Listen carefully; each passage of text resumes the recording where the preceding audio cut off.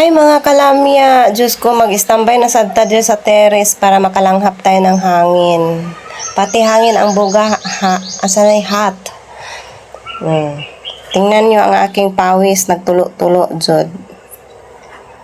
Diyos ko matorta na siguro tayo dito sa mundo. Sobrang init siya. Kahit ang simento apakan mo dito sa loob ng bahay, init. Ang singaw din na may hangin pero ang singaw niya parang ang madampi, init pa rin. Sobrang init guys ang earth. Na paano naman ang earth? So, di ako sa loob kasi burn out. Imbis kaya humiga ako, naghubad, humiga, matulog. Ay nako, lumabas na lang ako kasi burn out.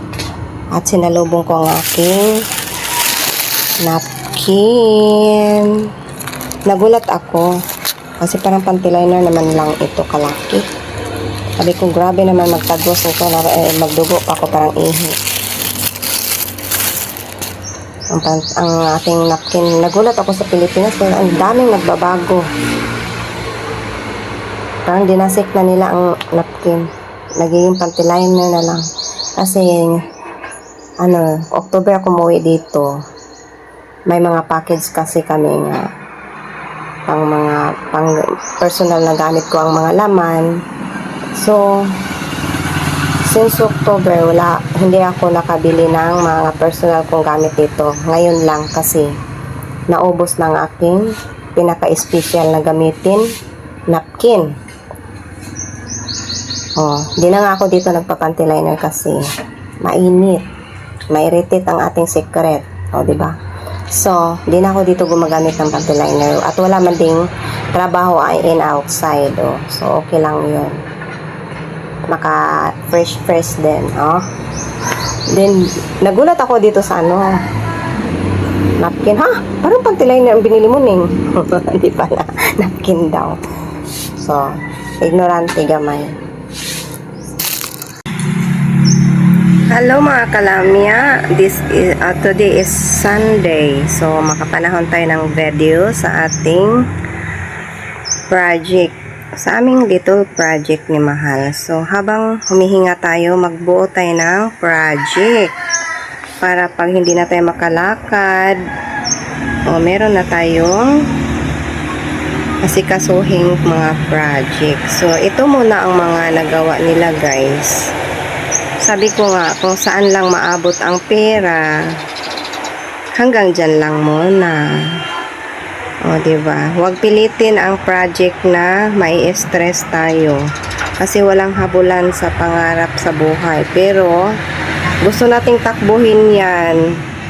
Paano man wala man tayong itatakbo.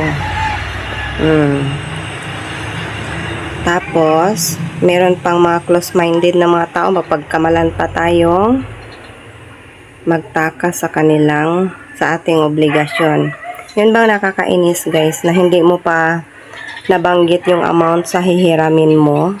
Hindi pa nabanggit yung amount na gusto mong ipahiram. Di nag-conclude ka na ng salita na parang di na malunok-lunok ng kapwa mo tao. So, doon ako nasasaktan kasi first time ever in my life, Jud, na mag-ask kami ng help, tulong, utang, pahiram, ganon.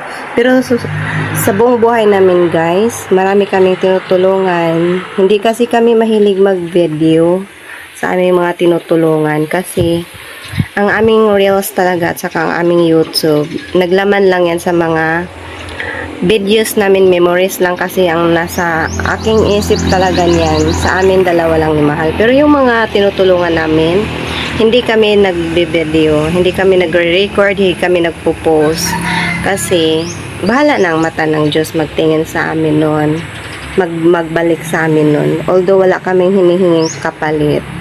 Pero ang sakit lang kasi pag kami ang mangangailangan, parang ilap ang blessing sa amin, di ba? Pero sige lang kasi dahan-dahan lang naman ito. Tapos alam mo, pag kami pa ang magpapahiram, matagal, dekada ang bilang bago kami mababayaran. Dekada ang bilang wala pang tubo yan. Pero pag doon kami masasaktan kasi pag kami ang manghiram, para kaming nakakadiri, no? Pero sige lang, ganyan siguro talaga ang tao, sitwasyon ng mga tao. May mga close-minded, may mga open-minded. So, dyan na lang tayo, hanggang dyan lang tayo, diba? So, tanggap namin ang mga salitang ganyan dahil tao lang man tayo. Basta ito, sabi ko kay Mahal, dandahan lang natin, huwag natin pursige ang ating utak na mai-stress tayo. Hayaan mo na lang ang tao, di ba? At least tayo tumutulong na walang hinahangad na kapalit. Ang iba nga, ibibidyo nila yun, i-record, ipopost para din sila kumita. Pero kami hindi. Kasi ang gusto ko sa aming video, sa aming reel, sa aming vlog, amin lang yung memories ni Mahal. Hindi yun pinangkabuhayan namin ang ibang tao para lang kumita kami, ganun. Bibidyo namin, kunyari, tulong-tulong, pero may kapalit. Hindi namin ganun hinahangad. Ang dami namin tinutulungan, di na mabibilang, pero wala kaming record na ganun. Wala kaming pinopost na ganun. Kasi alam namin, ang Diyos nakatingin sa amin. Pero nasasaktan lang ako kasi, ngayon lang, narinig ko ang mga ganyan na pag kailangan mo pala ang mga ganin, siyempre di naman tayo perfecto no, na di tayo makahiram talaga, lalo sa bagay na ganitong nagpupundar kami. So, sige lang, okay lang naman yun, pero masakit, pero tiisin, diba? Pero sana lang, yung taong magkukonclude ng masakit na salita sa amin, sana lang may 1 million din siya or 2 million na malamangan pa kami dyan sa bangko, diba? Para mas hindi back sa kanya ang salitang ganun, diba? Thank you for watching.